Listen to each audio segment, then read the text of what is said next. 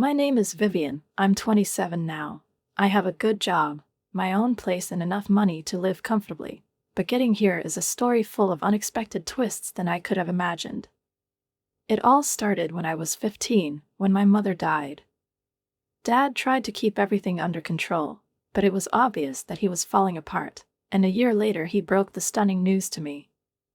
"Vivian, I want you to meet Charlotte," he said one evening, standing in our kitchen with a woman who looked barely older than my college cousin.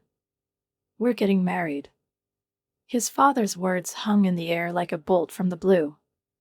I remember having a hard time digesting these words, looking at this woman with a perfect smile and flawless skin that didn't seem to have a single flaw. Charlotte was at least 15 years younger than Dad and came with her daughter Tara, who was only 5 years old at the time. From the very first day, Charlotte treated me as if I were an unwelcome guest in my own home. She would pass me in the hallway without saying a word, or suddenly start whispering to Dad when I entered the room, interrupting the conversation and giving me a cold look from under her long eyelashes. It was strange and painful, as if I was violating some unknown order. But Tara, she was different. At least at first. This tiny bundle of energy burst into my room at any time, without hesitation. "Vivian, can we watch SpongeBob?" "What is it?" she asked, already climbing onto my bed with a stuffed penguin under her arm. I laughed and turned on the cartoon, letting her get comfortable. In those moments, I felt needed. I loved those moments when it felt like I had the younger sister I'd always dreamed of. Tara was a bright spot in the gloomy, tense atmosphere of our house. And for a while it seemed to me that something good could come out of this whole situation. But it didn't last long. The changes started slowly. At first, Tara stopped coming to my room after school. Then she started making excuses when I asked if she wanted to watch TV. "I have lessons," she said, avoiding my gaze. I felt an invisible wall growing between us, but I didn't understand why. Until one day I heard Charlotte and Tara talking in the kitchen. "Honey, you don't have to spend so much time with Vivian," Charlotte said in her sweet, enveloping voice. "She's not really your sister, you know. She's Simple, your father's other daughter." The words penetrated me like needles. That's when everything fell into place. Tara's sudden aloofness, Charlotte's coldness, tense pauses. That was the plan. She didn't want Tara to see me as a sister. I didn't want us to bond. And she succeeded. After that, I stopped trying. What was the point? Every time Tara looked through me at dinner or turned away as she walked past, it only hurt more. So I drowned in my studies. Studying became a salvation, a wall behind which I hid from the cold of my own home. When I was accepted to college on a full scholarship, I felt free. Real freedom. The move was not only a step into the future, but also an escape from the past. I was leaving a house that had long since ceased to be a home. After college, my career took off like a rocket. Each year brought new opportunities, bigger projects, and better pay. I finally found the life I dreamed of: own a place to live, nice clothes, fancy restaurants, weekend trips whenever I want. No more counting pennies or wearing worn-out clothes. I built my life brick by brick, without looking back. But then there was a phone call that changed everything. "Vivian," my father's voice was hesitant, almost shy. "How are you, honey?" I almost dropped my coffee mug. We haven't really talked since I left for college. Of course, there were rare postcards or short SMS messages with birthday greetings, but that was it. I always suspected that Charlotte had something to do with this silence. I remembered how she hung around when Dad tried to call me. How he always found a reason to hang up. I was thinking. His voice cracked. Maybe it's time for us to start all over again. Leave the past behind. Come over for dinner. At this university. Charlotte would love to see you too. Now I knew for sure that something was definitely going on. Would Charlotte be happy to see me? The words sounded far-fetched, strained. But curiosity got the better of him. That Sunday, I found myself pulling into their driveway. To my surprise, Charlotte greeted me at the door with a big smile and even hugged me. "Vivian, we missed you so much," she said, and her voice sounded sincere. I froze in her arms, wondering if I had entered the twilight zone. She was the same woman who once forgot to tell me that the family dinner had been rescheduled, leaving me sitting alone at an empty table. It was hard to believe that this warm welcome came from the same Charlotte. Visits have become commonplace since then. Every Sunday, I'd come over and we'd sit in the living room, awkwardly chatting about the weather, local news, and minor details. Dad talked about work, and Charlotte made a few comments about the flowers in the garden or the local charity fair. Tara, almost an adult, was holed up in a corner, pretending to be busy with her phone. I didn't know how to reach her, and I wasn't sure if I needed to. About a month later, Dad started talking about money. "The thing is, Vivian," he began one Sunday, looking down into his coffee cup, "we're having some financial difficulties." Charlotte immediately picked up on it.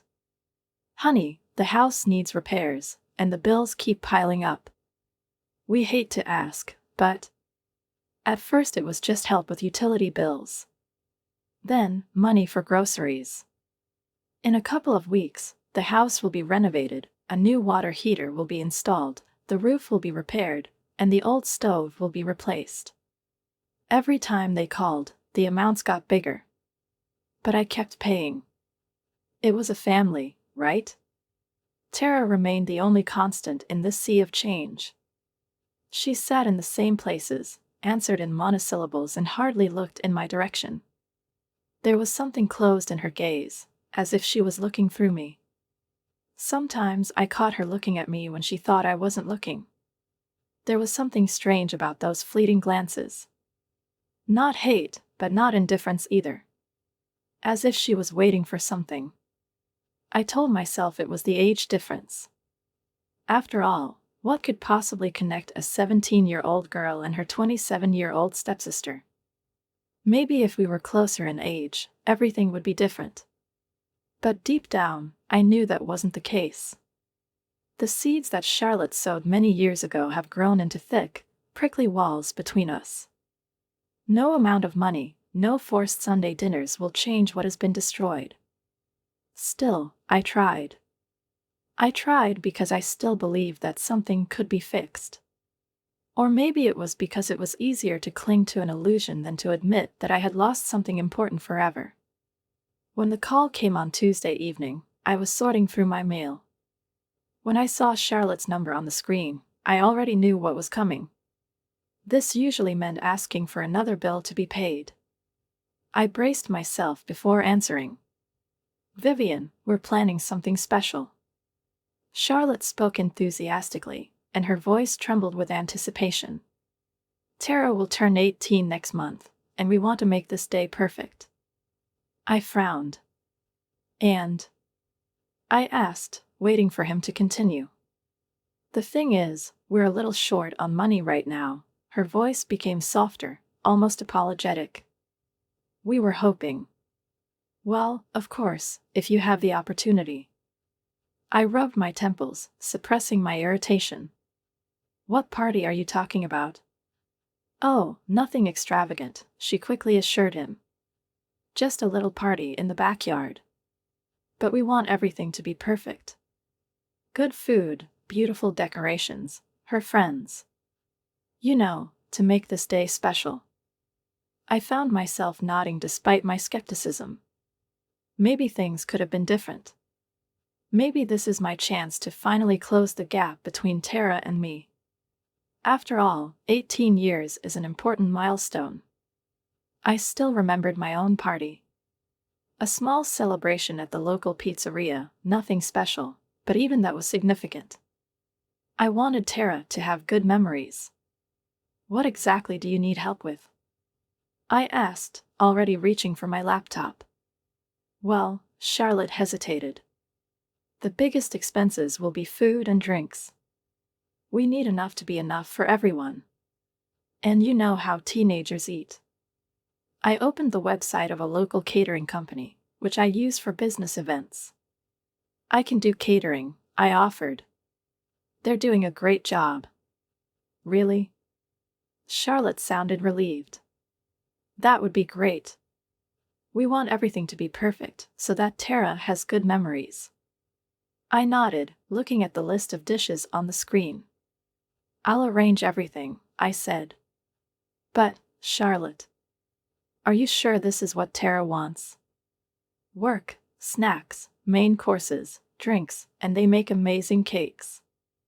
I spent the next hour discussing menu options with the catering company, imagining how Tara would see the festive table, slicing, sweets, and treats. Will this finally be the thing that melts the ice between us? Will this be a step that will bring us closer, break down the wall that has grown over the years? I even found myself inspired by the planning. For the first time in a long time, I felt like I was doing something meaningful. But a few days later, the call came again. Dad. Vivian, dear, we have something to discuss, he said, and his voice was serious. I settled into my chair, realizing that this conversation wasn't going to be quick. What do you say? Well, Tara's graduating from high school soon, he began, pausing as if gathering strength. She wants to go to college. You know how important education is, and, as her sister, I already knew where everything was heading. I knew it even before he finished his sentence. But, surprisingly, I did not feel the usual irritation. I did not feel the usual resistance that came over me every time the conversation turned to money. Instead, I thought about it. How much will her education cost? How much can I afford to invest? We are considering a state university, continued Dad, voicing the numbers. But my mind has already gone ahead. That evening, after the call, I sat on the balcony with a glass of wine, watching the city slowly sinking into the night. The state university was a decent educational institution. The tuition was reasonable, and I could afford it without too much stress. Maybe this particular gesture was what was missing. Something that would make Tara see me as part of the family. Maybe she'll understand that I've always been there for her, even when I seemed far away. I made my decision there, on the balcony. I will do it. I'll pay for her tuition. And I'll announce it on her birthday. Let this be my gift. In the following days, I finished all the preparations. I approved the order with the catering company, chose the perfect cake design, and carefully considered what I would say when I made my announcement. I wanted the moment to be special, sincere. I wanted Tara to remember him. To remember me. But 2 days before the party, my phone rang. Tara's name appeared on the screen. I froze. She had never called me herself before. My heart jumped with surprise and, perhaps, hope. Hi, Tara, I smiled, holding the phone to my ear. I'm just finishing up the details of the party. Yes, about that. Her voice was calm, even, almost businesslike. I'm going through the guest list. Mom and Dad invited too many people, so I'm making some abbreviations. I'm crossing you off the list. The words hit me like a slap in the face. I even pulled my phone away, staring at the screen as if I could read the explanation there. What? Tara, I don't understand. I'm your sister. She laughed, and it was like a cold wind, like ice cracking. No, you're not like that. That's the point. This party is for family, for blood relatives and friends. You were never my sister. You're just some random girl who lived in our house. I gripped the edge of the counter, my fingers white with tension. The room seemed to sway slightly. I could hear the smirk in her voice. If you have already bought a gift, you can send it by courier. Or something else. The line ended before I could say anything. I sat rooted to the spot, feeling my insides tighten, as a bitter lump formed in my chest. The phone was shaking in my hand. I don't remember how much time has passed. Everything was blurring, disappearing. There was only silence and the cold impact of her words. I did something I hadn't done in years. I dialed my father's number. My voice was shaking when I said, "Dad, did you know?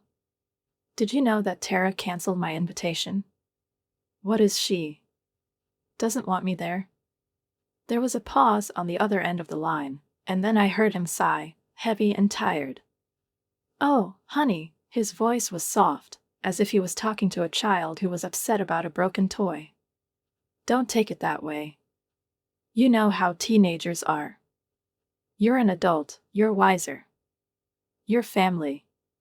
"Family?" I grinned, and my voice cracked. Tara bluntly said that I am not a family. That I'm nobody.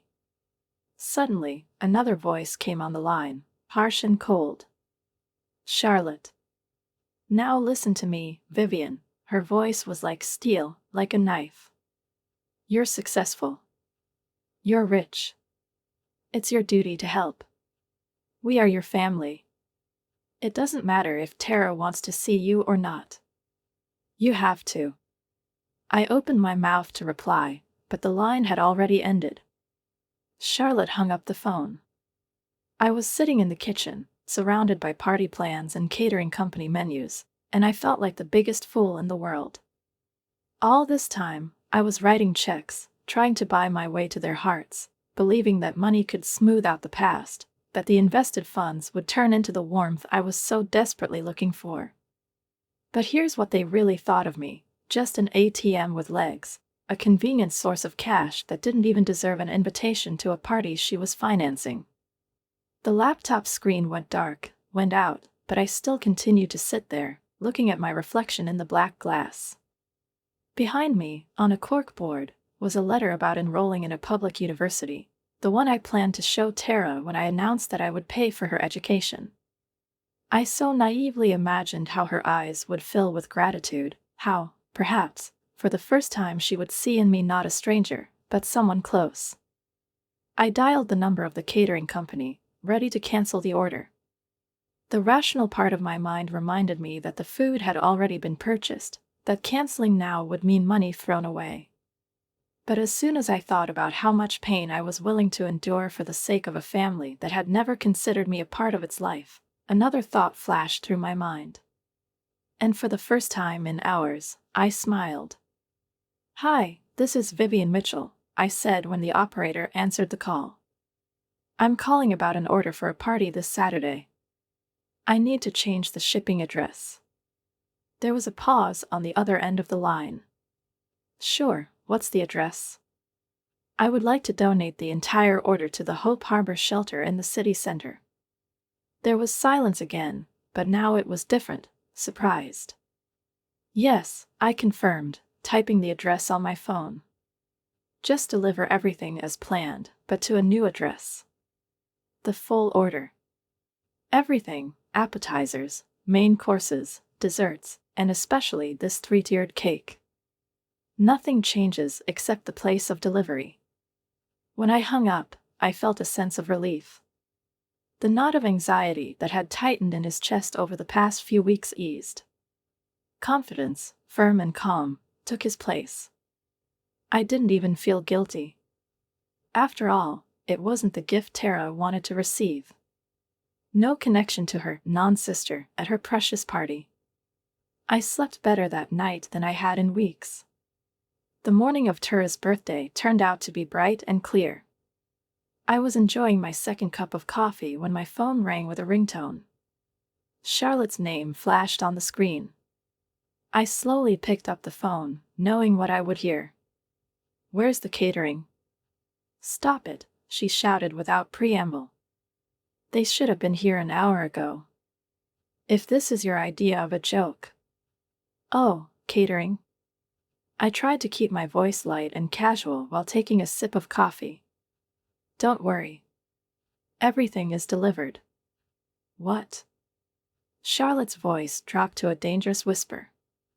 Yes, I continued, stirring my coffee. To the Hope Harbor shelter. I'm sure they're enjoying the treat right now. The silence was deafening. You. Charlotte was obviously choosing her words, her voice trembling with anger. Well, I took another sip. Since I'm not a family member enough to be at the party, I thought it wouldn't be worth imposing a gift either. Tara has made it clear that she wants to see only close relatives and friends. And, as her father wisely pointed out, I need to respect her wishes. You mean little. Her voice rose to a screech. You've ruined everything. The guests will be here in 2 hours. I distinctly heard Tara's panicked voice in the background. Mom, what's going on? Where's the food? What should we do? Maybe order a pizza, I suggested cheerfully. That's what non-family members do, right? I could hear a muffled sob coming from the receiver. Footsteps, doors slamming. I imagined Tara running around the house in a panic, and to my surprise, I smiled. You ruined her birthday. Charlotte wailed. Her special day. No, Charlotte, I answered calmly. Tara ruined everything herself when she decided to teach a lesson about a cash cow. I just helped her learn her lesson. Before she could say anything else, I hung up the phone. She put her phone on Do Not Disturb mode and took another sip of coffee. It seemed sweeter, tastier than usual. It was as if I had swallowed something else with him, a small portion of freedom. Somewhere on the other side of the city, 200 people in a shelter were going to enjoy the most luxurious dinner they had eaten in recent years. Juicy roast beef, delicious snacks, fresh vegetables, and a magnificent 3-tiered birthday cake. A taste of celebration that they may not have felt for a long time. And somewhere else, my dear stepsister learned that actions have consequences. The report started coming in a few days after the party. Lisa, my friend, whose cousin studied with Tara, called first. Oh, my God, Vivian, she said, barely able to contain her laughter. It was a complete fiasco. You won't believe what happened there. I leaned back in my chair, allowing myself a smile. Well? I asked, raising the glass of wine to my lips. When it became clear that there would be no catering, Charlotte literally ran to the supermarket in a panic. Lisa giggled. She bought everything she could find, some cheap sandwiches and snacks, and began hastily making them in the kitchen. But there was too little food, and half of the guests were left hungry. I took a sip, imagining Charlotte's perfectly manicured hands frantically picking up sandwiches on an expensive linen tablecloth. What about the cake? I asked. Even better, Lisa snorted. She sent your dad to Danny's for desserts. He returned with a box of yesterday's donuts and some sad-looking apple pie. I closed my eyes, imagining this picture.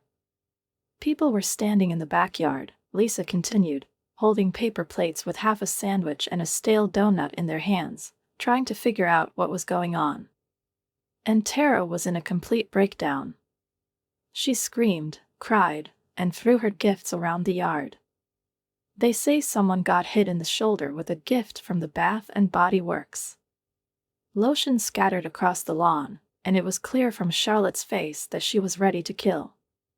Lisa laughed, and I couldn't help but laugh. It was liberating, cleansing, like inhaling after holding your breath for a long time. I was still smiling when Dad called a few hours later. His voice was intensely calm, and I immediately realized that this was going to be a conversation where he would try to maintain a semblance of reason. Vivian, dear, we need to talk about what happened. He sighed. What you did really hurt Tara. But I understand why you did that, and I forgive you. I almost laughed. Forgive me? I asked, leaning back in my chair. Yes, his voice cracked. It's all over now, but we have something more important to discuss. Tara's education. And that's the real reason for the call. Everything is as usual. I knew that. Dad, I said slowly, there's nothing to discuss. I will not pay for Tura's education. There was stunned silence on the other end. And then the explosion. What do you mean, you won't pay? You promised. You can't do this to your sister. I grinned, feeling the rage that had been building up in me for years coming out. My sister? I asked, steel in my voice. The sister who told me straight out that I'm not family? The one who canceled my invitation to her party because I'm not a real relative. It was different. No, he said desperately. She was emotional. Yes, I nodded, even though he couldn't see it. Emotional. But she expressed her position quite clearly. Family helps family, right? So, I'm helping. I'm leaving you alone with your problems. Vivian, you know that's not what she meant. That's exactly it, Dad. I'm just an ATM that you come to when you need money. Well, guess what? The ATM is closed. You're ridiculous. Stop it, he shouted. After all we've done for you. I cut him off abruptly. Everything you've done for me? I asked, feeling anger flare up in every cell. What is it, Dad? Did they take my money? Did you treat me like a stranger? Is that all? No, I'm done. No checks. No bills. No repairs. And certainly no college. You and Charlotte will decide for yourself how to pay for Tara's education. Goodbye. I hung up before he could answer. I sat for a while, staring into the void, feeling a strange, almost painful emptiness inside. The same frame was still on the table, with my announcement of my willingness to pay for Tara's college. I picked it up and slowly ran my finger over the smooth surface of the glass. Once upon a time, I put hope into this decision, the expectation that I might become a part of something bigger. Part of the family. But now it was just a reminder of my naivety. I sighed, got up from my seat, and without thinking, threw the frame in the trash. I spent too much time fighting for a place in the lives of people who never wanted me around. It was time to stop. The campaign started about 3 days after my conversation with Dad. Aunt Rachel called first. Then Uncle Dustin. They were followed by cousins I hadn't spoken to in years. My phone has become a besieged fortress, messages, voice recordings, all the same. Vivian, you can't do this to your sister. The family should stick together. Think about Tara's future. Apparently, Dad and Charlotte didn't waste any time. They spread their version of events to anyone who was willing to listen. Their story was simple and concise. Poor Tara was left without an education because her cool sister refused to share her wealth. None of them, of course, mentioned how Tara had withdrawn my invitation to the party, how she had called me a stranger, how she had taken me out of her family.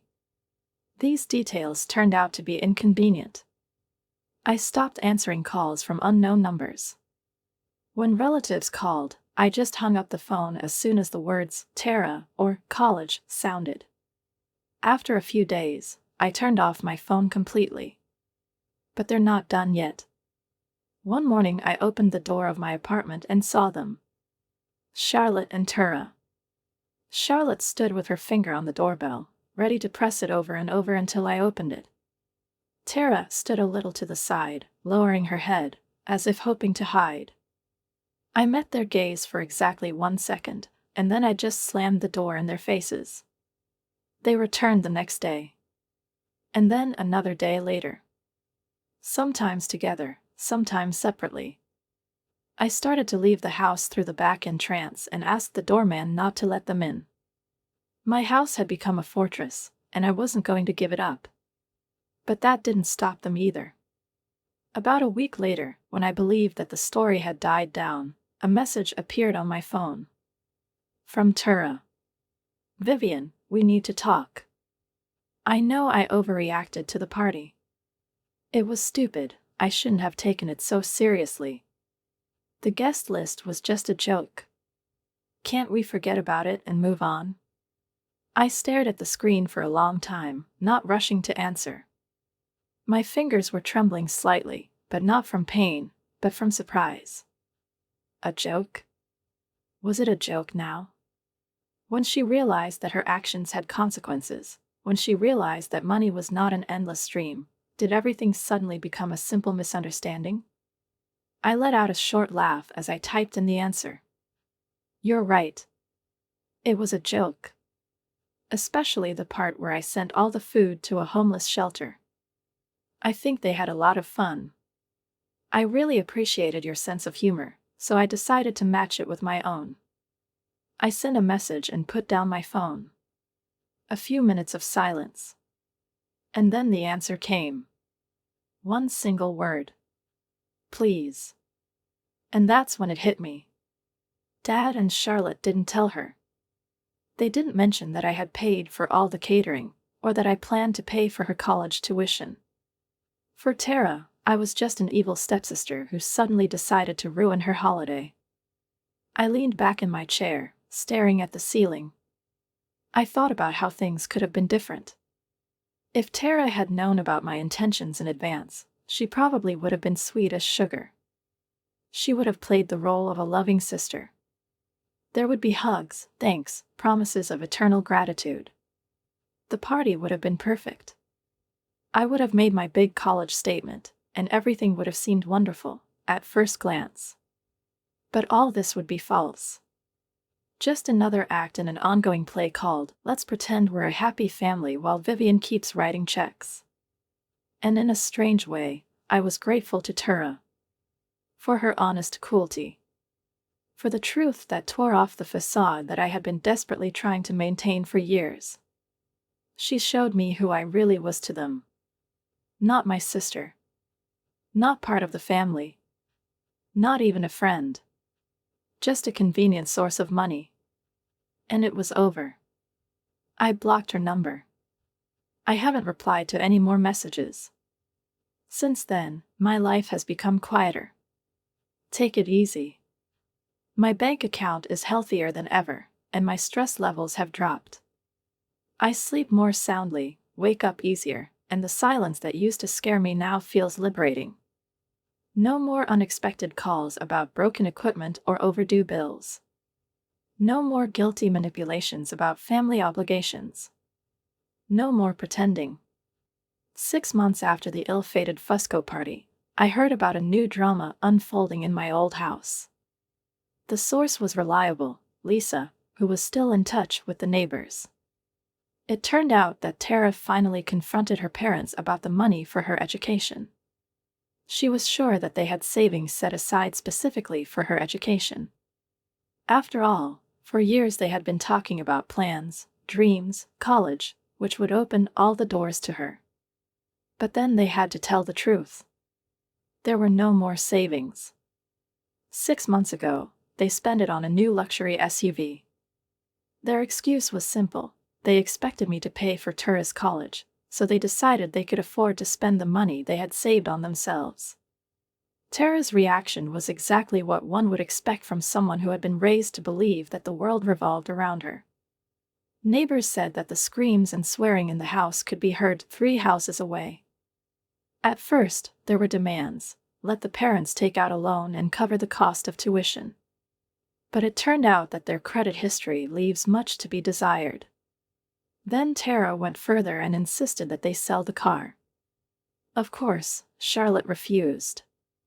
She stated that she needed a luxury car to work in the real estate industry. That without him, her business, as she put it, doesn't look solid. Tara reacted in her own way. She staged a protest. She refused to look for a job, refused to move out, and flatly refused to discuss alternatives. Now she spends her days in her room, coming out only to have another argument about how her parents ruined her future. The quarrels don't stop. It's hell, Lisa said. The neighbors say that she makes scandals every day. Charlotte tries to justify herself. Caleb, Dad, brings up the car every time. But the excuses sound more and more pathetic, and every day Tara puts more pressure on them. The irony did not escape me. All those years when Charlotte and my father called me, asking me to pay for urgent repairs, cover house expenses, and help with bills, it turns out they were saving up for a luxury SUV. They saved it while I transferred money to them from month to month. And now that that source had dried up, they were face to face with the monster they had created themselves. And the most interesting thing is that Charlotte complains to everyone who is willing to listen about Tara's ingratitude. The fact that her own daughter is manipulating, pushing, demanding, hysterical. Apparently, she doesn't notice the parallels. She doesn't remember using the same techniques herself for years: guilt, shame, responsibilities. How she put an emotional burden on me, making me feel like I had to save them. But Tara has learned from the best. She saw how my mother wore me down, how she got her way, using every weakness. And now she's just using the same tactics, only against those who taught her those tactics. I have no doubt that Tara will achieve her goal in the end. She will push, hysteria, blame, until the parents give up. They will sell the car, get money for her education, and everything will return to normal. The manipulation cycle will continue. She's her mother's daughter to the core. Why work for something when you can get others to give it to you? But that's not my problem anymore. Let them deal with the monster they raised themselves. My own life has finally found a peaceful rhythm. My savings account is steadily growing, now that it's not being drained by their constant demands. I started doing something that I had been putting off for a long time. I went to art lessons, which I've been dreaming about for years. I allowed myself to dream and plan again. I signed up for a Spanish course and bought a ticket for my first real trip in many years. I make plans for myself, not for other people's wishes and requests. And the most amazing thing is that I'm not sorry. Not once. I don't feel guilty. I can feel the newfound freedom filling the space that used to be occupied by anxiety. I no longer have to put off my dreams because someone thinks their needs are more important. I no longer measure my value by the size of the next transferred check. I measure it by how easy it is for me to breathe. The way I fall asleep without worrying about phone calls that will wake me up asking for money. It's about how I can look at my life and see that it's really my life, and not someone else's drama that I've been dragged into against my will. A peaceful, even rhythm. Ordinary worries, simple joys. No one demands, no one accuses, no one presses. Just silence. Only freedom.